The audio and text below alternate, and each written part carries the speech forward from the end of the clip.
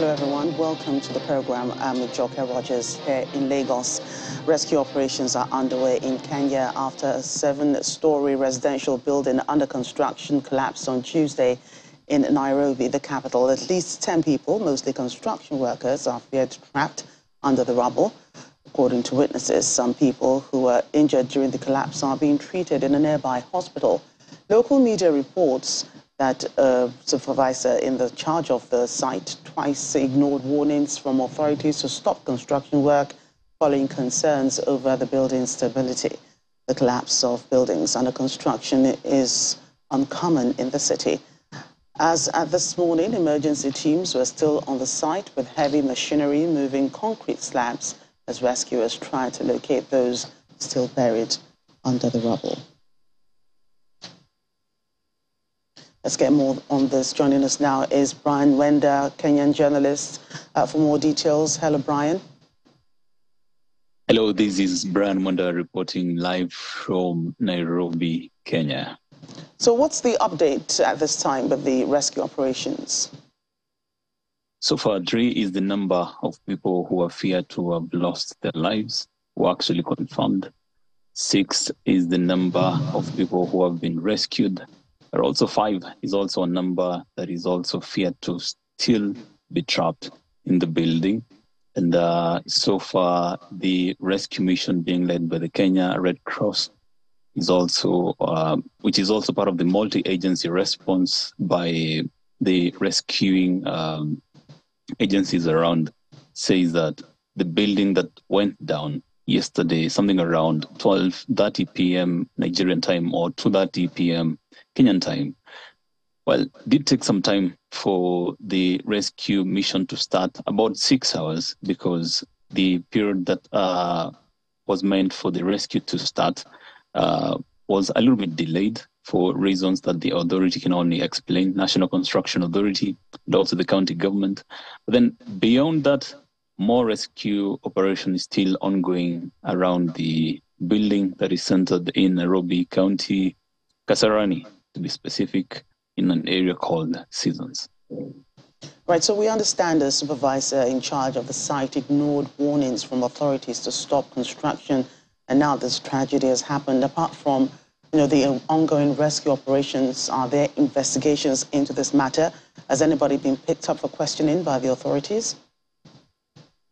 Now, the story of the county government, the story of the developer, the story of the supervisor, and also the National Construction Authority that is responsible for making sure that the buildings around the city and also around the nation is got a bitter, well, we would say, bittersweet story, because there's been so much running around. The supervisor had to go pick a license from the county offices, but didn't do that. Last year, the National Construction Authority also flagged the building. Also, one interesting that you need to understand is that yesterday in the morning, the National Construction Authority was there. It sent representatives to go there and counter-check if the construction that was meant to stop from last year had stopped.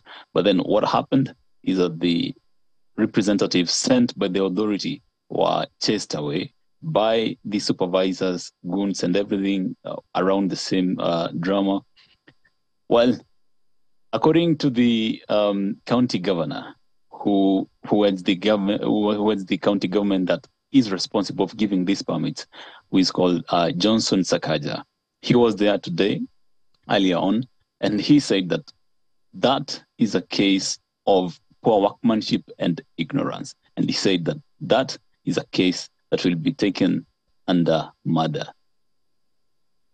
Wow. So, you have said it, that collapse of buildings, whether those being constructed or those already existing, are uncommon in Nairobi or in many parts of the country, as so to speak. So, I can't just imagine the reactions of the people around the area, the relatives, or the country as a whole.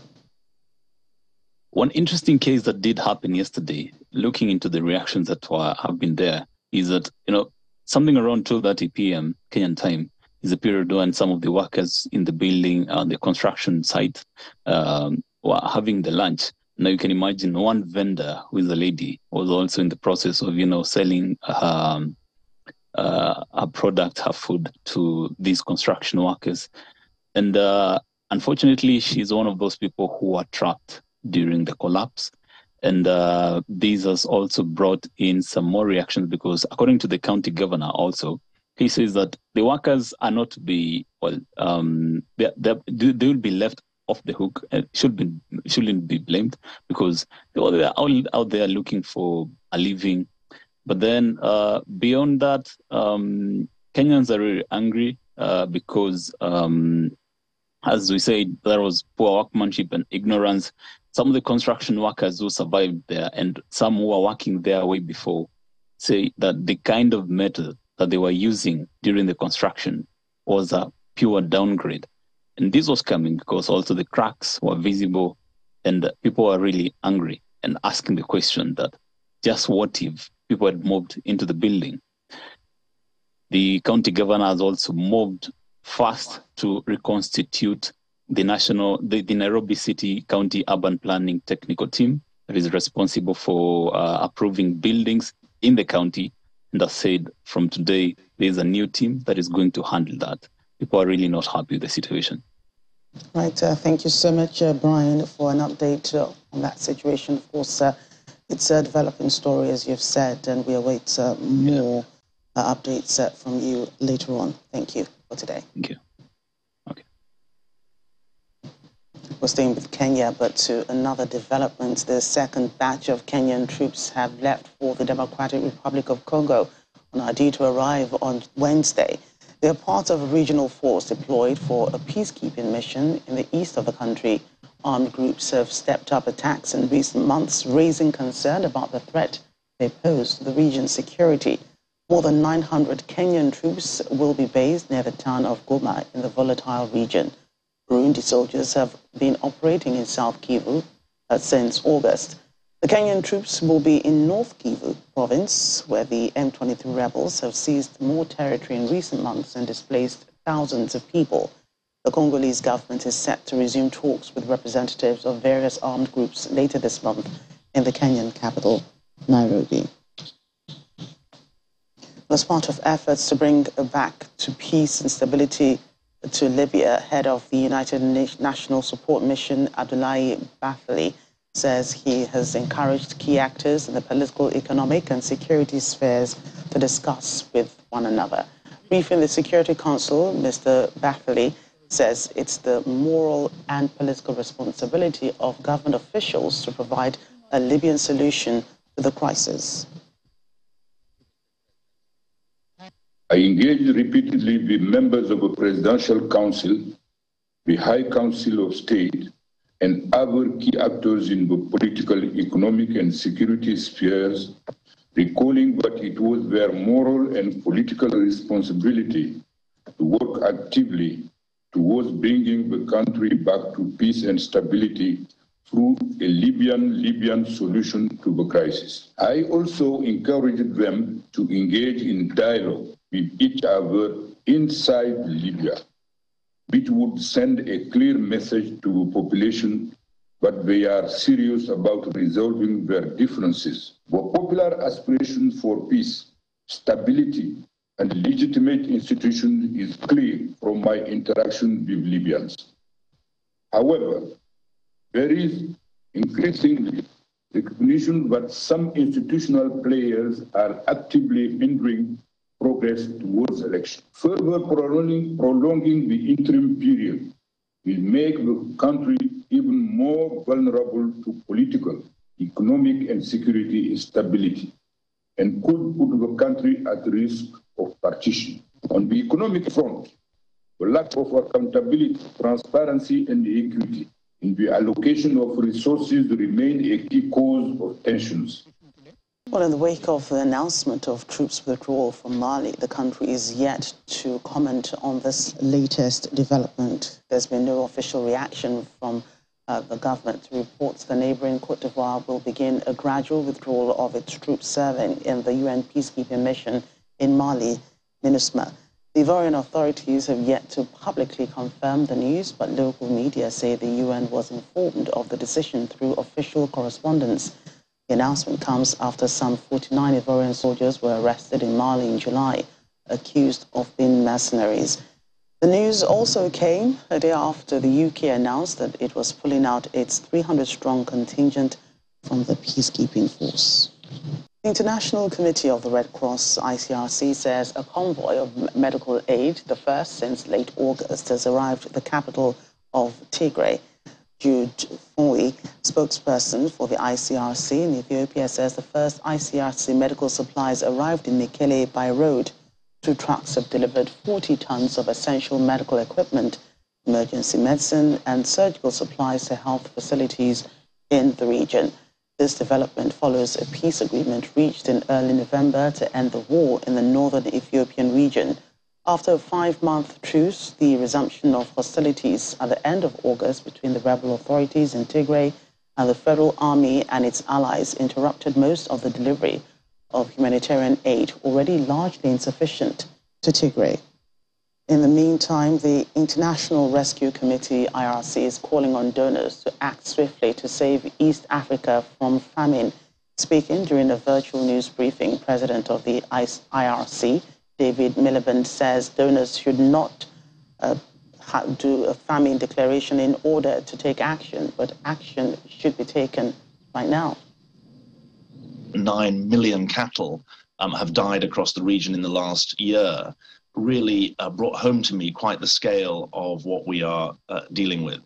Of course, this is a group of countries that represent only a fraction of global emissions, we reckon around 1.2%, but account for 70% of global food insecurity, as well as 6% of the global population. So you can see the mismatch and the stress that is being placed on human and natural systems as a result of climate change. Too many donors are waiting for a famine declaration before they take action. But we know from the drought in Somalia in 2011 that half of the 250,000 people who died before famine was declared. So we're saying address this crisis through the front windscreen, not through the rear view mirror. Don't wait for a famine declaration in order to take action. Take the action.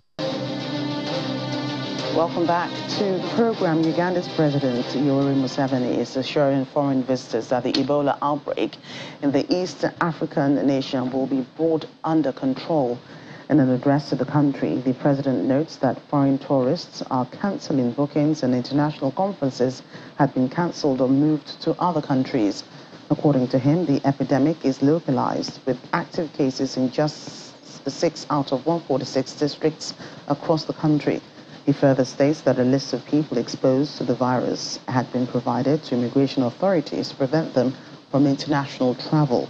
Some 141 cases with 55 deaths have been recorded since the outbreak was confirmed in September. And the president of the African Development Bank says Africa deserves the right to use their natural gas reserves, and this should be reflected in any deal at the COP27 climate talks. Agreeing a deal on fossil fuels is a key sticking point. The talks taking place in Sharm el-Sheikh, Egypt. Sources say some countries, including India, are keen to phase down the use of all such fuels, including gas. But AFDB President Akinwumi Adesina said natural gas is needed to balance out the energy supply, given the intermittent nature of renewables. The point of gas that you were saying, yes, what this has shown us is this. We've got to diversify energy sources. Also that it's not just about access to energy, it's about affordability of energy, it's also about energy security. Therefore, it is very important that Europe diversifies its energy sources. And guess what?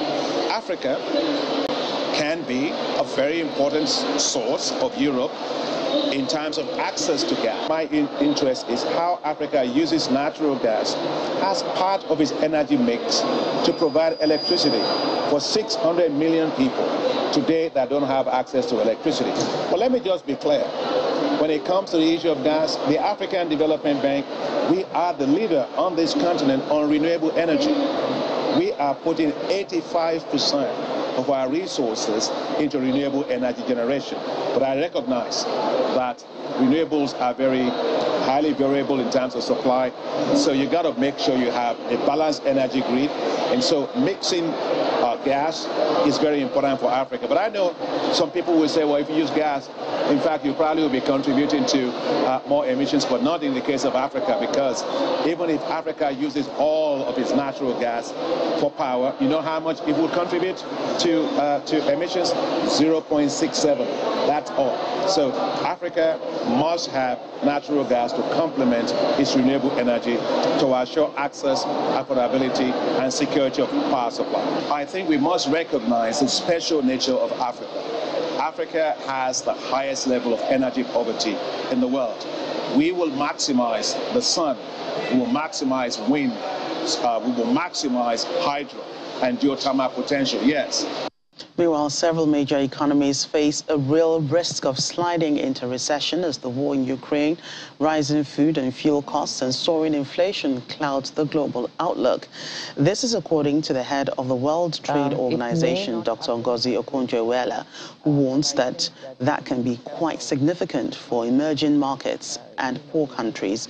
The Geneva-based trade body last month projected global trade to rise just 1.0% in 2023, down sharply from an estimated 3.5% rise for this year. It may not happen everywhere, but I think that in several key countries, we risk, sliding into a recession.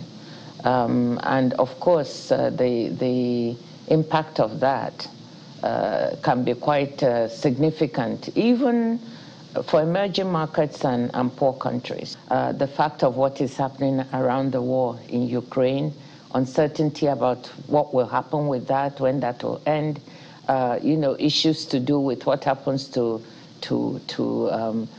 food prices, energy prices, inflation, the inflationary pressures. There's so many uncertainties, and most of the risks are on the downside. UN High Commissioner for Human Rights, Volker Turk, has traveled to El Fasher in northern Darfur, where he met representatives of internally displaced people and other civil society organizations. The number of internally displaced persons has increased in the past year, especially in Darfur. According to the High Commissioner, the number in Sudan is staggering, with 3.7 million so far this year and over 200,000 newly displaced as a result of insecurity and violence. The number of internally displaced people in Sudan is staggering, 3.7 million. Just this year, over 200,000 newly displaced as a result of insecurity and violence. And most of these people in Darfur. I have just had a chance to meet with the communities of internally displaced and with human rights activists. And their message is loud and clear. Implementation of the Juba Peace Agreement, making sure that the state is fully present and active, fighting impunity, but also making sure that there is a safe and peaceful environment so that people can find solutions for themselves, especially when it comes to going back to their homeland.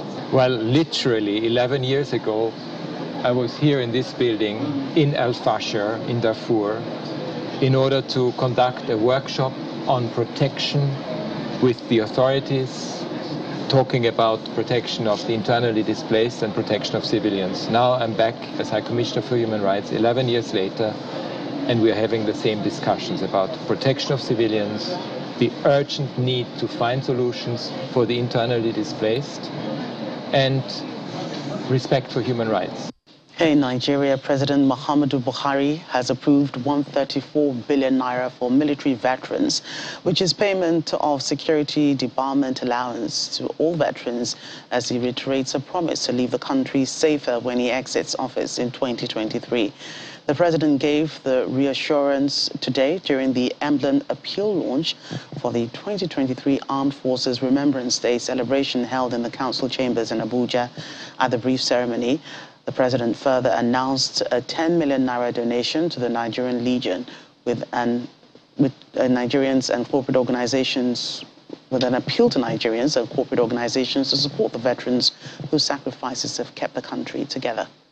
The federal government is committed to the welfare of our veterans by ensuring prompt payment of their pensions and other entitlements.